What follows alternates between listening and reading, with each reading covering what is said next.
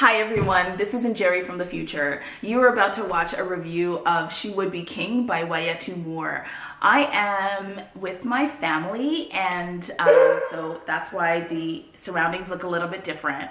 But there is a dog barking. I'm not sure why he's barking. He's fine, but I think he just wants to be a part of this video.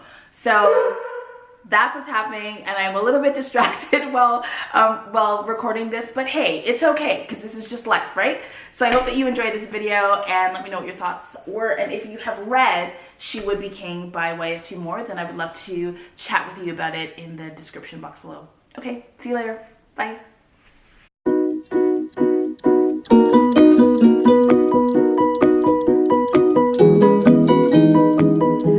Welcome back to Onyx Pages. I'm Jerry, and I am here to review She Would Be King, which is a book that was given to me as an advanced reader's copy from Raincoast books. And they have been really kind in sending ARCs my way for review. So thank you very much for the copy of She Would Be King. She Would Be King reimagines the formation of Liberia. It's written by Wayetu, who is a Liberian American, and this is her debut novel. I will say just off the cuff that I really enjoyed this story. It was an amazing blend of historical fiction, fantasy, and magical realism. It gave me vibes of, there was a bit of Redwood and Wildfire by Andrew Hairston in there. There were elements of, what was that other one? Oh, I'm gonna lose it. Oh, Everfair by Nisi Shaw, which is a reimagining of the Congo, but steampunk style. So it's of that kind of historical fiction meets Black protagonist with an element of the fantastical, but also mundane, really mundane magic. Which is it's a really subtle touch when it comes to magical realism, and I enjoyed that. I actually learned a lot about Liberia from this book, and I have ancestry that goes back to Liberia, so it was really interesting to learn about the history through this book, and then to watch interviews with Wayetu where she talks about her own identity as a Liberian person. So in She Would Be King, Wayetu reimagines the dramatic story of the formation of Liberia through the eyes of three unforgettable characters. Gebessa, exiled on suspicion of being a witch from the West African village of Lai, is bitten by a viper and left for dead, but miraculously survives. June Day, raised on a plantation in Virginia, hides his unusual strength until a confrontation with the overseer forces him to flee. Norman Aragon is the child of a white British colonizer and a maroon slave from Jamaica, and can fade from sight at will, just as his mother could. When they meet in the settlement of Monrovia, their gifts help them salvage the tense relationship between the African-American settlers and the indigenous tribes. Their storylines are brilliantly intertwined by the all-seeing spirit of the wind, who embodies an ancient wisdom. A spectacular blend of history and magical realism, She Would Be King is a novel of profound depth set against a rich, unexpected canvas. Moore eliminates with radiant prose the tumultuous roots of a unique African country, one whose history is inextricably bound to the United States. So that was a blurb on the back, and I would say that unlike many novels, this was actually true to the blurb. So just getting into the 7 cowrie shell rating system, I've given you a sense of the plots. I'm just going to pull my reference notes from my bag. Okay, so world building. I would give this a full cowrie shell for world building because the different settings that Wayetu shows us in this novel are really well done. It's very atmospheric. My favorite scenes are with the Gebessa when she's moving through the forest, and she's got a really interesting relationship with animals, like a magical relationship with animals. There's a bit of communication that can happen there. And then we're taken onto a plantation in Virginia, and you can really you can see how she interweaves the world of enslaved Africans with this other sort of magical culture, religious magical culture that exists as well. There are really interesting points of view in the story. So as you'll see from the blurb, the wind is actually a character, and the wind is all-seeing and omnipresent and omnipotent, and is able to assist and participate in the plot. And there's this wonderful, with June Day's story, there's this wonderful kind of relationship with the land, around him. All the magic has a relationship with the land in some way. And of course, when you're talking about African peoples and founding of nations and relationships with between African Americans who are free men engaging with indigenous African communities, it's just a really rich landscape for a lot of interesting stories to be told. So a full cowrie shell for world building.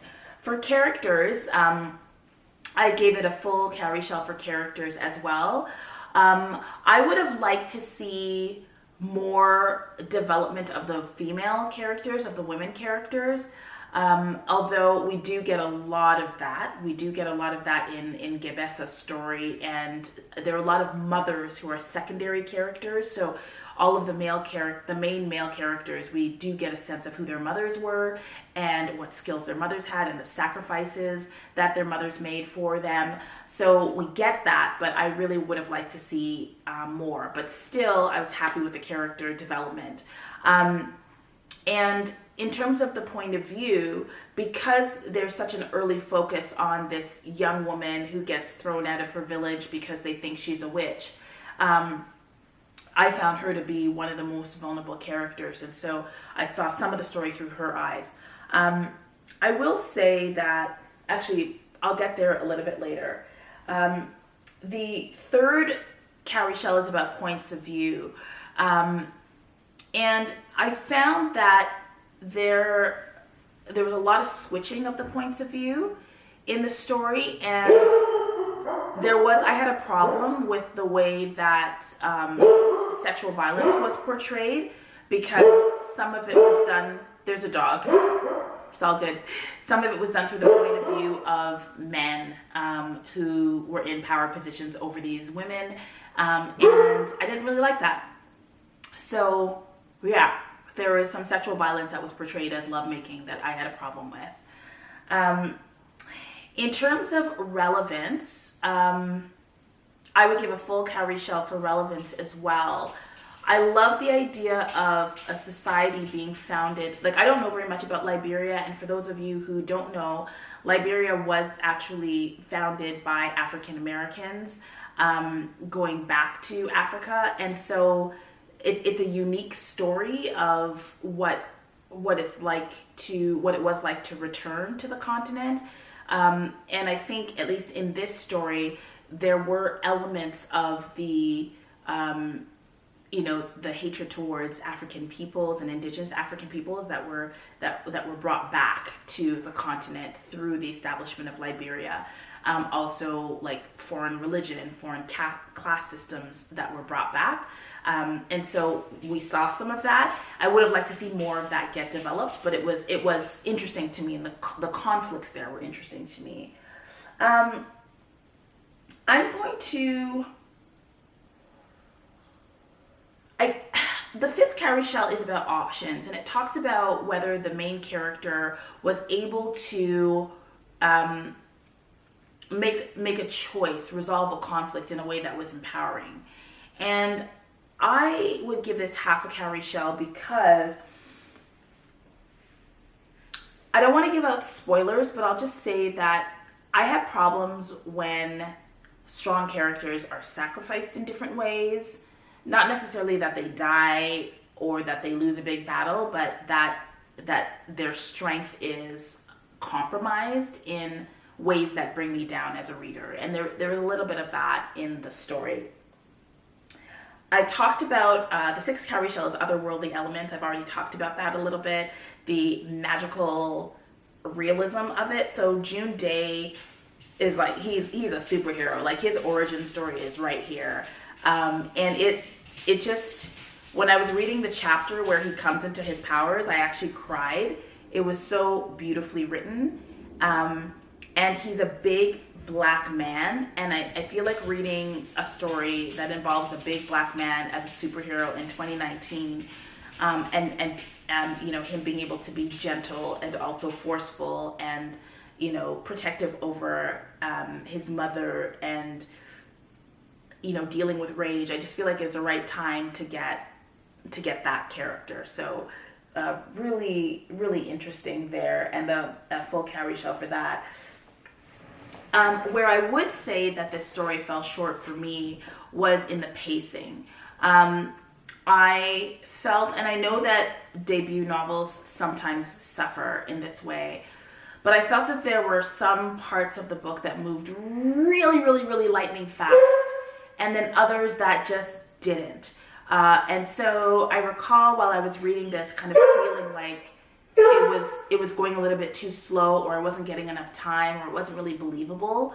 So I would give a half a carry shell for that, unfortunately.